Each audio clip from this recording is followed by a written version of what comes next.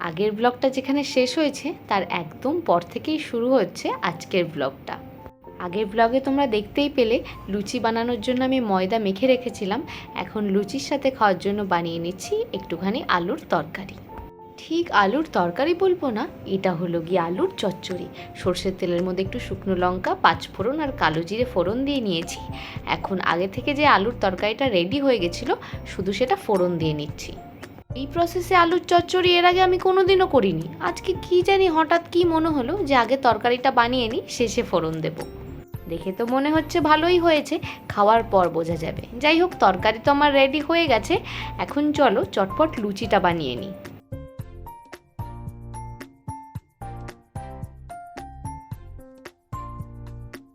বরাবরই আসছে একটু ছোট লুচি খেতে ভালোবাসে, সেই জন্য আমি একটু ছোট ছোট করেই বেলছি।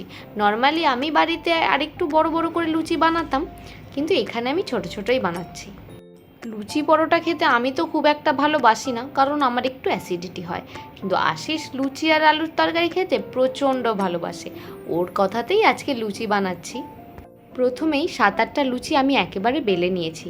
এরপর একে একে ভেজে নিচ্ছি। না হলে ওই একটা করে বেলা আর একটা করে ভাজা আমার দ্বারা হবে না। আগের লুচিগুলো ভাজা আমার হয়ে গেছে। এখন বাকি লুচিগুলো তাড়াতাড়ি করে বেলে ভেজে নিই।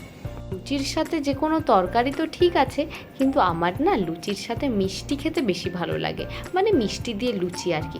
কিন্তু এখানে অত ভালো মিষ্টি আর কোথায় পাওয়া যাবে? এখানকার রসগোল্লা খেতে গেলে তো মাথায় হাত পড়ে যায়। যাই হোক, যখন বাড়ি যাব তখন লুচি মিষ্টি অবশ্যই খাবো। আর এই লুচি করতে গিয়ে যদি লুচি না ফোলে না, লুচি করার ইচ্ছাটাই মরে যায়। যাই হোক, ঠাকুর করে আমার লুচি একদম আজকে গোল গোল ফুলকো ফুলকো হয়ে ফুলছে, কোনো অসুবিধা নেই। লুচি সবগুলোই আমার ভাজা হয়ে গেছে। এবার তাড়াতাড়ি করে আজকের ডিনারটা নিয়ে নিই।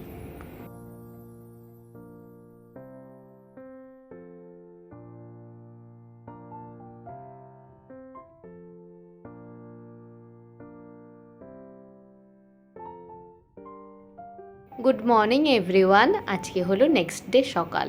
ফ্লিপকার্ট থেকে আর নাইকা থেকে দুটো পার্সেল আজকে ডেলিভারি হয়েছে, চলছে তারই আনবক্সিং।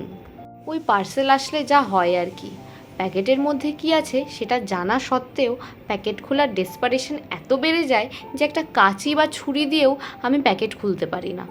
আরও বেশ কয়েকটা জিনিস এগুলোর সাথে অর্ডার দিয়েছিলাম, সেগুলো আসতে হয়তো এখন একটু লেট হবে। যাই হোক, কয়েকটা চলে এসেছে। এখন খুলে দেখি কি কি এসেছে।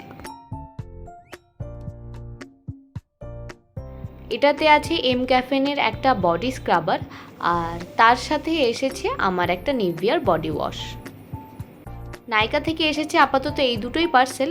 আর ফ্লিপকার্ট থেকে যে পার্সেলটা এসেছিলো সেটার মধ্যে আছে সাফোলা ওটসের একটা প্যাকেট। আশিসকে ধরে আনতে বলেছিলাম, অ্যাজ ইউজুয়াল বেঁধে নিয়ে চলে এসেছে।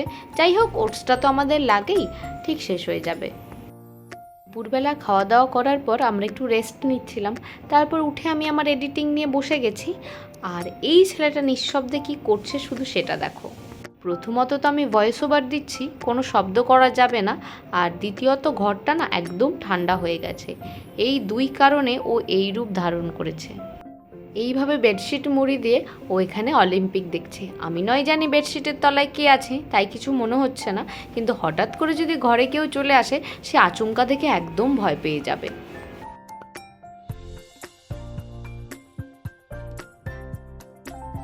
Hi guys, good evening. কেমন আছো তোমরা সবাই? Welcome back to the channel. Welcome তোমাদের নতুন একটা ব্লগে। ঘড়িতে বাজছে এখন প্রায় 6:45 মতো।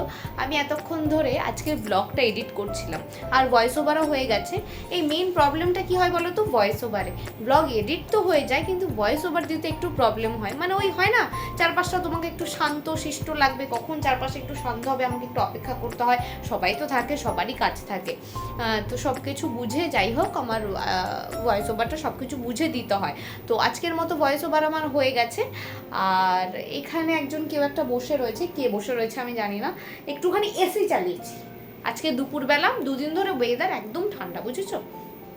আর আজকে একটু একটু গরম পড়েছে, তাই একটু এসিটা চালিয়েছি। আর এই মানুষটার অবস্থা দেখো, ফোন দেখছে ওইভাবে একটা বেডশিটকে পুরো মুড়ি দিয়ে। যাই হোক, এখন যাচ্ছি একটুখানি চা বানাতে। মাথাটা পুরো ধরে রয়েছে, এখন একটু চা খাবো। সেদিনকে দোকানে গিয়ে যে মিররটা আমরা অর্ডার দিয়ে এসেছিলাম, সেইটাও রেডি হয়ে গেছে। এই দাদা এসেছেন সেটাকে ঠিকঠাক সেট করে দিতে। তোমাদের তো আগেই বলেছিলাম ঘরে আমার সব কিছু থাকলেও একটা মিররের খুব দরকার ছিল। যাই হোক, ঘরটা আজকে একদম পরিপূর্ণতা পেল। ঘড়িতে বাজে এখন প্রায় 10টা বাজে 10 মিনিট মতো বাকি, ওনাদের আরও আগে আসার কথা ছিল। যাই হোক, আজকে সারাদিন কারেন্ট ছিল না, ওনারা কাজটা করতে পারেনি, কালকে দিয়ে দেওয়ার কথা ছিল, একটু ডিলে হয়ে গেল। তো ওনারা কালকে আসতে চাইছিল, মানে আগামীকাল আসতে চাইছিল সকালবেলা। তো আশিসের ডিউটি আছে, আশিস থাকতে পারবে না, সেই জন্য এখন এসে লাগিয়ে দিয়ে যাচ্ছে।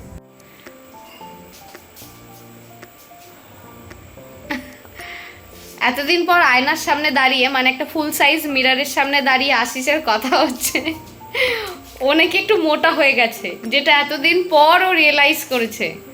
কি রে, মোটা হয়ে গেছিস? ও প্রচণ্ড রেগে গেছে কি এতদিন পর ও দেখতে পেয়েছে ও মোটা হয়ে গেছে। সেই বাড়ি থেকে 1 মাস আগে দেখে এসেছিল ফুল সাইজ মিররে কি ও ঠিকঠাক আছে, কিন্তু এখন এখানে এসে আজকে মিরর লাগার পর ওর মনে হচ্ছে কি ও মোটা হয়ে গেছে। যাই হোক, তোমরা জানিও মিররটা কেমন হয়েছে। এই সাইডের যে ফ্রেমটা না, এটা হচ্ছে কিসের, এটা অ্যালুমিনিয়ামের, কিন্তু আমরা এটা কাঠের বা অন্য কিছুর চেয়েছিলাম, ওনার কাছে নেই, তো আপাতত যেটা পেয়েছে লাগিয়ে দিয়েছে। কিন্তু এই ফুল সাইজ মিররটা আমার প্রচণ্ড পছন্দ হয়েছে। তোমরাও প্লিজ লিখে জানিও মিররটা কেমন হয়েছে, আমাদের তো খুব পছন্দ হয়েছে। মিরর আমাদের এখানে একদম সেট হয়ে গেছে। এখন যে ধুলোবালিগুলো লেগে রয়েছে আমি সেগুলোকেই ক্লিন করছি। আমি এখানে একটা নিউজ পেপার নিয়ে নিয়েছি, নিউজ পেপারটা দিয়ে মিররটা খুব ভালো করে ক্লিন করে নিচ্ছি। এই নিউজ পেপার দিয়ে না মিরর খুব ভালো ক্লিন হয়। নিউজ পেপারটা একদম শুকনো, নর্মালি নিউজ পেপারটাকে নিয়ে আমি মিররটা ভালো করে ঘষে ঘষে পরিষ্কার করে নিচ্ছি।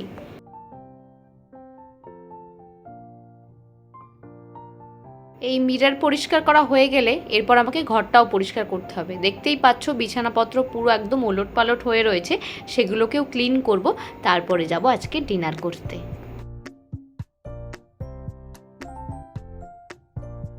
ডিনার করা আমাদের হয়ে গেছে। ডিনার করে আমি একবারে মুখ ধুয়ে চলে এসেছি নতুন আয়নার সামনে।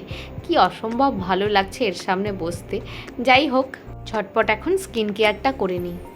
আমি রাতে স্কিন কেয়ার করছি, তার সাথে সাথে কিন্তু পেছনে আশিসেরও চলছে নাইট টাইম স্কিন কেয়ার। রাত্রেবেলা আমি একদম নর্মাল একটা টোনার ইউজ করি, প্লামের একটা টোনার আমি সবসময় ইউজ করে থাকি, ওইটা ইউজ করে নিলাম। আর তারপরে সেটাফিলের ময়শ্চারাইজারটি ইউজ করে নিচ্ছি।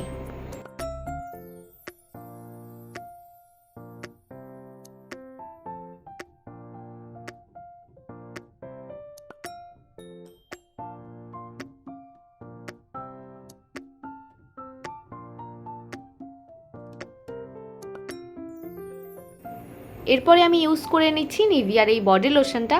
প্রায় 12 মাসই আমি এই বডি লোশনটাই ইউজ করি। আজকের মতো স্কিন কেয়ার করা তো আমার হয়ে গেল। লাস্টে আমি ইউজ করে নেব একটুখানি বোরোলিন। আর তার সাথে সাথে আজকের ব্লগটাও এখানেই এন্ড করছি। সবাই সুস্থ থেকো, ভালো থেকো, আর প্লিজ কমেন্টে জানিও ব্লগগুলো তোমাদের কেমন লাগছে। আজকের মতো বাই, দেখা হচ্ছে নেক্সট ব্লগে।